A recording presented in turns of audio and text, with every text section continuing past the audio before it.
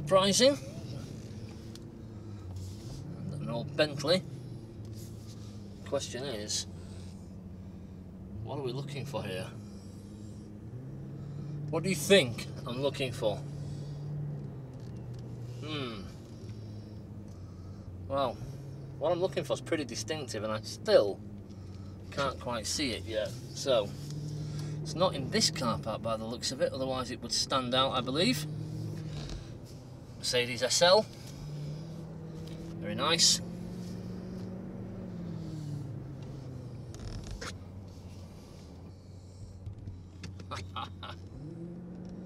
Right, I think we may have found what I'm looking for.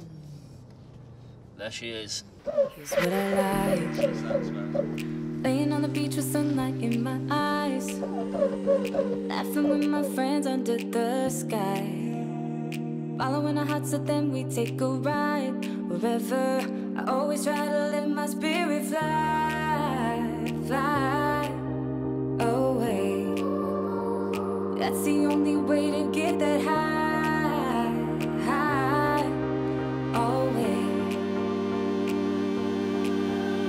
If you're looking for trouble, you better count on it. I will give you a struggle, give you a struggle. If you're looking for trouble, I am in need. It's not every day that you see a shed in a car park, but today is one of those days where you will, because behind me is the fastest shed in the world.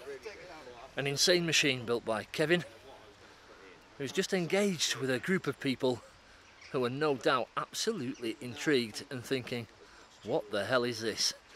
Not only is this a shed that you can drive around, but it's a shed that's got an RS4 engine in. British craziness at its very best. Awesome. Here's what I like. Jumping from a roof that is almost too high, laying on the grass, I close my eyes, playing my guitar to my I did have experts telling me you can't do that. I couldn't say it with the paperwork says you can. Yeah. And then I broke the car, but being a 54,000 mile car, Yeah. all the important bits were good. Yeah. The seats, I sold them within an hour for £2 grand. Yeah. Because it got wing backs on it, they were Yeah. really desirable. And then you know, brakes, front brakes 900 quid, back brakes 500 quid, Yeah. steering wheel 500 pounds. The list just went on. Yeah. Yeah. And if ever you want I some bet the phone was attention, red hot, was it? I never Yeah. put my phone number on Yeah. anything. It was all, I put it on Facebook groups and I put it on eBay and things. But of course you then get messages from all different directions, and you've got to go into things to check those messages. Yeah. And so, and it was constant. And my aim was to get my money back. Yeah. So at the beginning I might have sold things a little bit cheap, but it didn't matter, it was big chunks of money. Yeah. Yeah. I ended up £100 up. Did you? Right, yeah. So all that was free. Yeah. Brilliant. And then the tuning work and some bits I needed, because when it was out, the water pumps on these are plastic, and when they get a little bit older they go brittle and start to crack. Yeah. So I put new one of those, new PCV valve, new front pipes, because legally I don't have to run cats on it. Plates are great. Yeah. Quite a few bits. Well, I actually did some work for MRC Tuning, which they're actually the best Audi tuners in the world. You know, Doug? But those guys are incredible at... Oh, have you ever seen fixing Doug's anything. wide-bodied B5? Is that the thing that he had running about, can't remember how much he had running out of that. Over 700 brakes, 750, horsepower or something. and he did 204 miles an hour in it at Bruntingthorpe. Yeah. Which is quite quick. But when he started to slow down, when he started to brake, the back end wasn't on the floor, and he spun and spun and spun, and it shredded all 4 tyres, but it didn't roll. And he said that was the warning for me to stop doing the top speed stuff. Yeah. It's a big track, that Bruntingthorpe, like that airfield, isn't it? Yeah, I've not been to Bruntingthorpe. It's a I big, go to big track. Elvington. Yeah. But yeah, he builds amazing stuff. But he builds it so it drives well, and he builds it so it lasts. It's not. A lot of people in the tuning world just want that big number. There's a lot of people with cars now, they're just number hunters. Yeah. well, actually, no, you want it to drive and you want it to last. Yeah. But, however, by me saying all that, because he does everything right, quite often he can achieve bigger numbers. Yeah. Yeah. He said, I want to map it down. He said we'll probably go just over 400. He said, because what I can't replicate is the strain on this engine pulling this through the air at 100 miles an hour. Yeah. Yeah. And he said, then you can run it for a while, and then, you know, if everything's good, bring it back in. He said, and we can map it up a bit more. Yeah. But it was actually more than enough power. But why it didn't suit this, for when you're on the motorways, I've done 37,000 miles in this. when you're on the motorways, so you're doing 60, it was 3,000 RPM, because it was still 5-speed. And that was just below boost, and I used to run it on water meth as well. And when you start on motorways, you never know if you're going uphill or downhill in modern cars. You know, years ago you did because you slowed down and went faster, but now you don't. And it would load it, and so all of a sudden it would just come on to boost. So you'd be tickling along at 60, all happy, not realising you're going uphill. All of a sudden the green light would come on, the gauge would shoot up, I'd have maximum boost, and it'd take off like a cut cat. And it just, I could live with it, but you had to remember to slow down when you're going up hills. Otherwise you're off. But this, it just suits it so well. And it was challenged to do it. It was challenged to do it for nothing, and it's to try and demonstrate to a lot of people you can do things with effort, not just throw lots of money at it. You know, I have a problem with new cars. You know, as we're standing here, there's probably been £5,000 worth of depreciation has happened in this car park. I can't get, I just can't get my head around that. You're in the same club as me. Got an S-Class Merc, the newer version. What this gentleman's got here, slightly newer than his. This is more comfortable on a long journey. Really? It's got shed loads of space. Oh, come on, that's a quality car. Come on. You get in there. That's the first opportunity I've had to get one in. So what's in the back bit? Double bed. Ah, I thought it said it might be a camper van there. The sheds are rocking. That's Brunton, though. That is That's what we go for. Right. Replicating accidents. This one's just packed up. I've got cameras all round on it. Look. Put your right arm up here. Put your left hand on the steering wheel. You imagine sitting up on a motorway. You go a little bit slower than everything else. You just relax. You watch everything going on around you. What sort of reaction do you get? On motorways, you're constantly filmed. And that's what you have to watch for. Earlier, which is why I sit back, I relax, I go a little bit slower, get in the left-hand lane. If I can, I look for space. Space is mine. What's the width? What are you running? That must be on the maximum width, is it? No, it's only just over 2 metres. And the widest you can have in the UK is without an escort is 2.8 metres. So I could come out here. Yeah, got you. But it's an optical illusion. Look, I fitted in the space. Exactly. It's because it's square. It's square. Yeah, it looks. The man obviously got into his car next to it. When we parked up, I said, "Look at that, it fits." I said, "I don't know how he's going to get in his car." I bet he was cursing when he got back. But I've just had an amazing journey in life. This happens everywhere, and people talk to you, and they talk to you in a different way, you know, because they talk to you, well, they're smiling, they're happy, you know. And for me, that's so rewarding, and it's rewarding when I drive down the street. It doesn't matter where it is, I just see all the smiles, little kids, old ladies. Definitely. If you ever look on Wikipedia, speed records, Pendine Sand, scroll down, it talks about Malcolm and Donald Campbell, which is, as I'm going to say, you especially know, they're the top of the tree in motoring history, aren't they? And the next paragraph is this. Wow, what an honour. To be connected to that, how lucky am I, you know? But, Brilliant. hello. What engines Come on then. It just sounded well going down that road. When you first came with it, I heard it and I thought, God, 1.3. Thanks very much. oh no, You're welcome. that's Thank you. that's a different world. Could have told him it was electric. I'd like I to. wouldn't have believed him because I heard it, and I thought, what a sound that engine has. It's reminiscent of the old V8 Rover engine when it growls. Yeah. Really reminiscent of old I was quite keen to make it sound nice. It does. Yeah, thank you. It does. What do you think it is? Is it a new Ford? Before Techno Jesus, man. Just what you expected, wasn't it? Just not what I expected. You know what that is, don't you? Audi RS, something else. Audi RS4, 4.2 V8. Stage 2, 455 brake. I love one.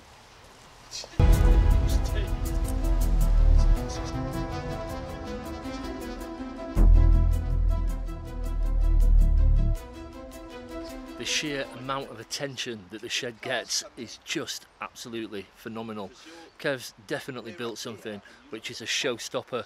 We've been here just chatting for around half an hour, and during that time there's been dozens and dozens of people just coming back to the car park and being blown away by what he's created here.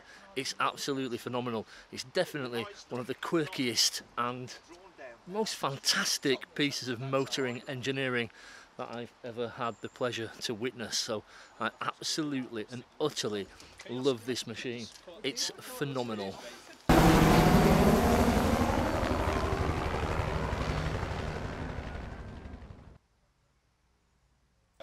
So here we go. This is a really unusual set of circumstances. We're now doing ballet in front of the world's fastest shed.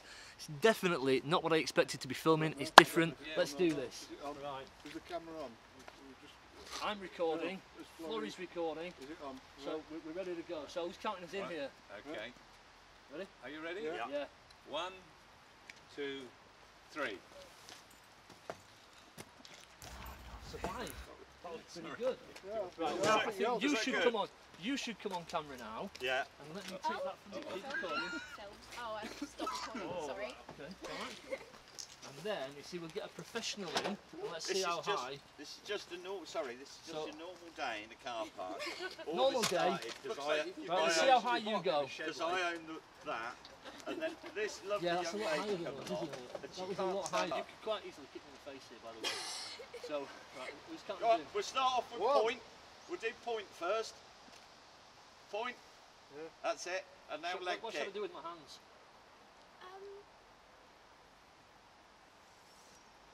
Oh, Is that beautiful, Kev? you're like Beautiful. twins. Thank you. One, And then what should we do now? Kick. one. Doer and up. So just out, in, out, up. You've just massively increased Oh, the yeah. complexity. You're like a double. Just I've just twisted my Achilles. I'm going to be out for a was going to month. say this man's cartridge is about to scrap. Oh!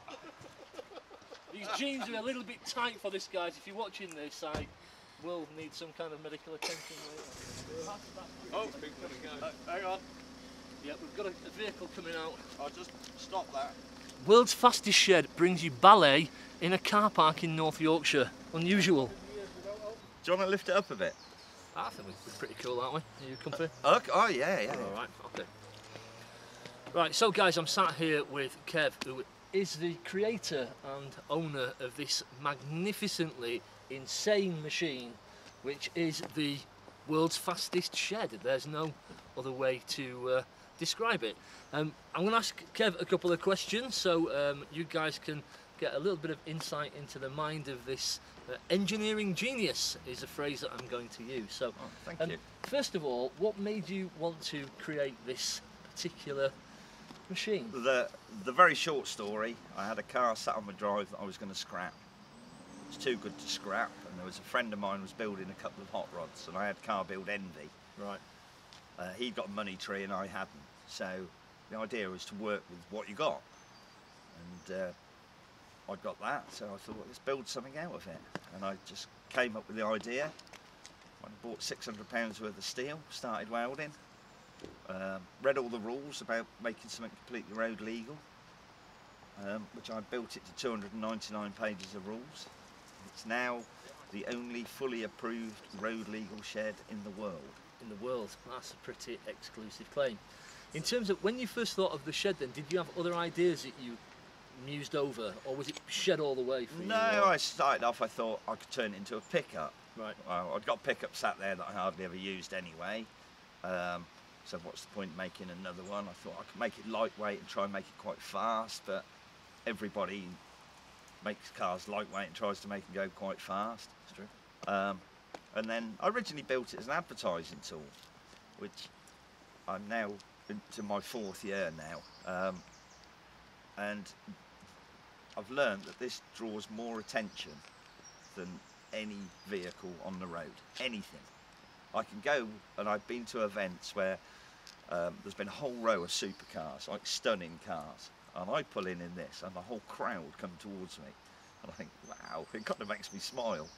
I've got to be honest, whilst we've been here today doing a little bit of filming with Kev, the amount of attention that this machine has generated is just phenomenal.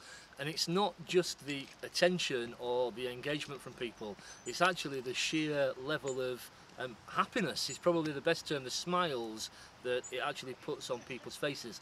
Not just the actual shed itself, but the shock value when Kev does pop this hood and show people what's underneath. So I'm going to come back and talk to you about, you know, kind of happiness and the sort of joy that it brings to people. But at the same time, can we tell everybody a little bit about what's under this? Because if you're looking at it, and the name maybe gives it away slightly, World's Fastest Shed, it's not a kind of Ford Ecotec engine that's under here, as somebody suggested today. It's something a little bit different. So do you want to tell us what you're currently running and what's been done to it? Yeah, originally it was a 4-motion Passat 2.8 V6, which, as it turned out, the engine didn't really suit it, but hey, it's what I got. As I was building it, I found out there was a Guinness World Record. I thought, well, I'll probably have that, which I did. But I ended up putting nitrous on it, trying to get more out of it. And eventually it decided it didn't like nitrous. So then last year I put in the B5 RS4 2.7 twin turbo. Fantastic engine for getting power out of, but I spent all year mending it. To the point I just had enough. And I thought, right, it's coming out, what am I going to put in it? And I came up with the idea, and I managed to source it. And it's now running B7 Audi RS4 running gear, which is 4.2 V8. I've done a lot of work on it. I work with MRC tuning in Banbury. You guys will probably have heard, if you're into the Audi tuning world in particular, you'll have heard of MRC. These guys are, you know, probably the best of the best in the UK for tuning a whole range of stuff, particularly this engine and actually the 2.7 there. And create some absolute monsters from those engines. So there's no doubt that what's running under here right now will be done to a grade A standard throughout. And I think you'll support that statement of those guys. Oh yeah, I spend a bit of time at MRC. I know Doug quite well, and I listen to him. And I've got a good engineering background, only because I'm old and I've done a lot. But his understanding and the way he does things.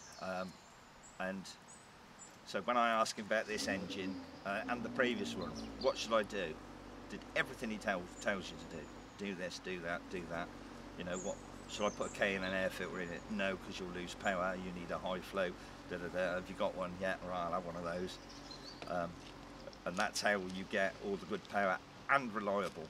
Well, that's the key thing, reliability, because you've done, unbelievably, 37,000 miles in the shed now, haven't you? Yeah, not all this weekend. No, not this weekend, although driving up to North Yorkshire from where you live, Oxfordshire. Oxfordshire is a fair distance, but yeah, 37,000 miles. So I think that comes on to another point, which is that you've not just engineered this to be fast and entertaining, but actually you use this as almost as a daily driver sometimes. Yeah, I've driven Land's End to John O'Groats. I've been right round the top of Scotland. If you've never done that, that is one thing you must put on your bucket list. It is stunning up there. It is. Absolutely stunning. I've been over to the Isle of Man several times, so I've been shed and ferried. I race at Pendine Sands, which is the most iconic place to race in the UK. The Pendine Sands is our Bonneville salt flats. It is. It's just magic. What's it like driving this thing on sand? Fun. Yeah, in in a car, when you get to about 80 miles an hour, it starts to wander because the sand adds another dimension to racing. Plus the surface changes from one day to the next, and it also changes hourly. Sometimes it gets better, sometimes it gets worse. When I was down there in September, we thought the sand was good. Everybody was 10 miles an hour down on their top speed. Right. And it was just the sand. Right. And as the day went on, we were going faster and faster. It's, yeah. In terms of what's the fastest speed that you've had out of this full stop then? Officially timed 113.7. That's insane. It genuinely is insane.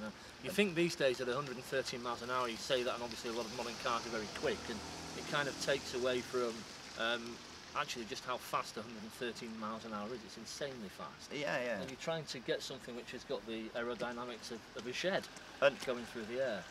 But that's the fun of it. I get the odd person saying, oh, you know, you've got no aerodynamics, you know, why are you trying to get that fast? But that's kind of the, we talk about the fun aspect. If I want to go fast, I just get in one of my ordinary cars and I can go faster than that. But it's not about the speed, it's about the achievement of something I built out of a scrap car. And hey, I've got a Guinness World Record, I've got this, I've managed to get it over 100 miles an hour, which I do consistently now when I go to top speed events. I drive it there, go on a runway, do over 100 miles an hour, drive it home. And drive it home. And people that haven't seen it think I'm going to go 30 or 40 miles an hour, and then all of a sudden, you know, I'm doing 60 miles an hour in just over 7 seconds. And Christ alive. Yeah. That is another interesting kind of fact with this car, as I say. This vehicle will clock 60 in 7 seconds, 113 miles an hour top speed. It's running 400 and how many horsepower at the minute? 55. 455 horsepower. The list of stats for this vehicle goes on, and when you first look at it and you imagine you're going to be driving around in a shed, you don't really automatically assume that that aligns itself with performance figures, and it drives well as well, doesn't it?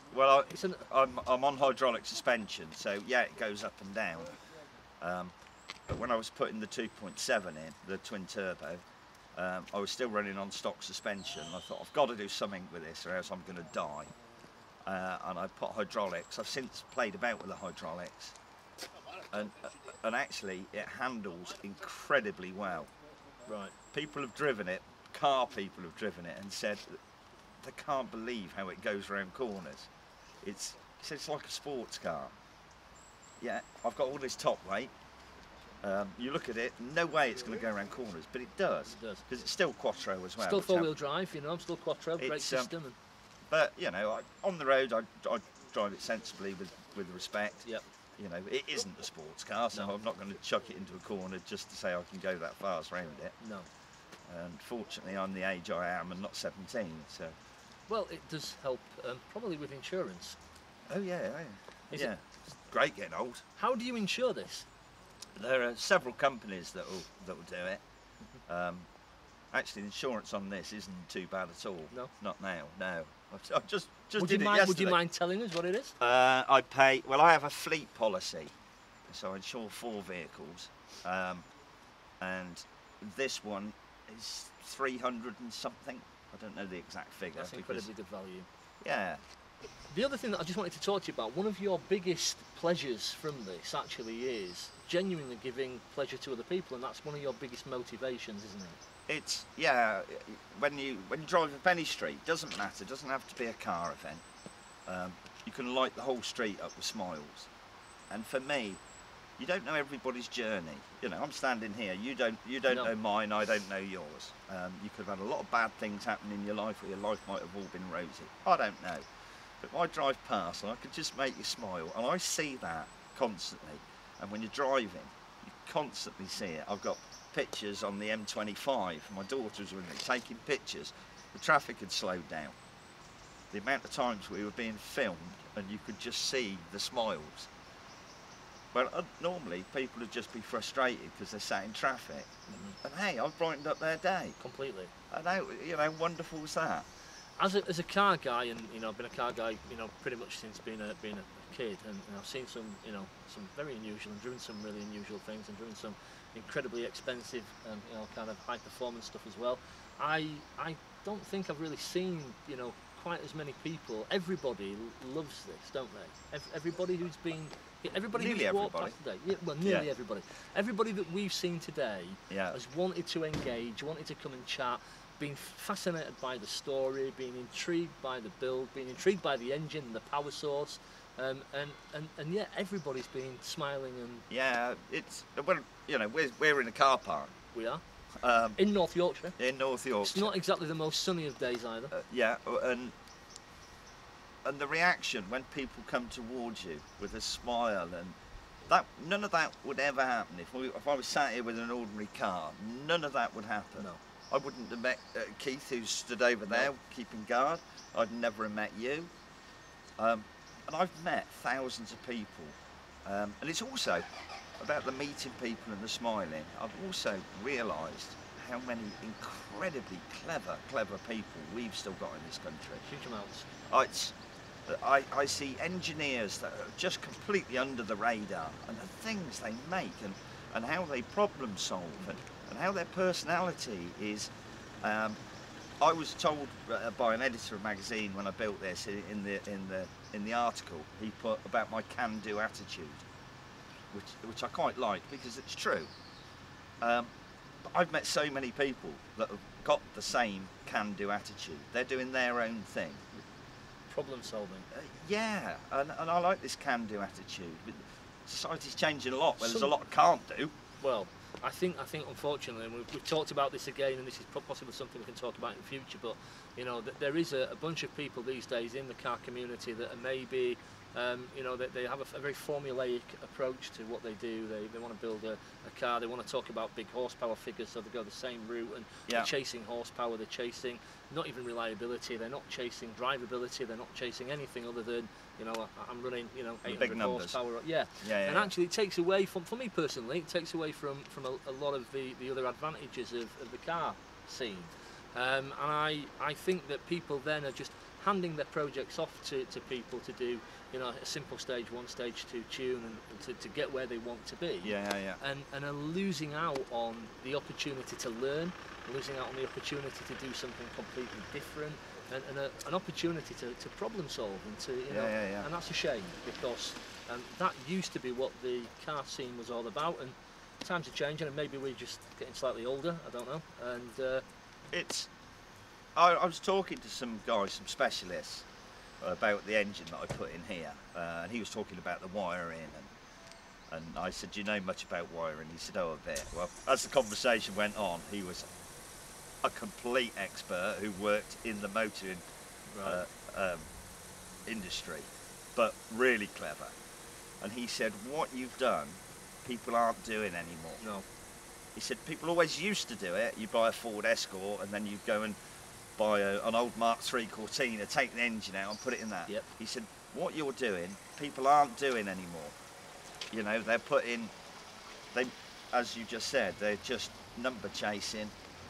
A lot of just putting flash maps on, which is the worst thing ever to do. Flash maps should be banned. Completely. If a car's going to be mapped, it needs to go on a dyno. It needs, all the figures need looking at. They need to improve the areas that they can. That's mapping a car. Just flashing a map on it and getting in it and saying, oh, it goes well. It's the wrong way to do it. It is. And we talked about building for the future as well, didn't we? Actually doing things the right way so that you have a reliable vehicle, and actually in the long run, ultimately that engages you by being able to produce a bigger horsepower engine, and that's something that I think a lot of people miss again. I think people chop the cars quite often these days rather than keeping stuff and developing it. And I think that's another thing. I'm going to leave you guys now because Kev's got to get on his way. I've kept him long enough, and we're going to film some more stuff with Kev. Hopefully the next time he's up in the area, or we may go down and do something. I just wanted to get a little bit of a chat to tell you a little bit more about, you know, the kind of guy behind it and some of the motivation. You'll have seen this all over the place. Make sure that you go and follow Kev on social media. He's on Facebook, he's on Instagram as Fastest Shed. And I'll put a link in any content below so that you can go and find him. And yeah, there's some fantastic content on there. I know he's got a lot more coming. If you are a company out there who is thinking of trying to find a unique way to garner a little bit of attention, and you have something that aligns itself with this shed, I guarantee to you that you need to come and have a word with this man, because the reality is that this car, this vehicle, this shed generates so much attention that your bang for buck will be an absolute given. That's it for now, and thank you very much. Thank you to Kev for chatting to us today, and we'll see you all next time. Take care.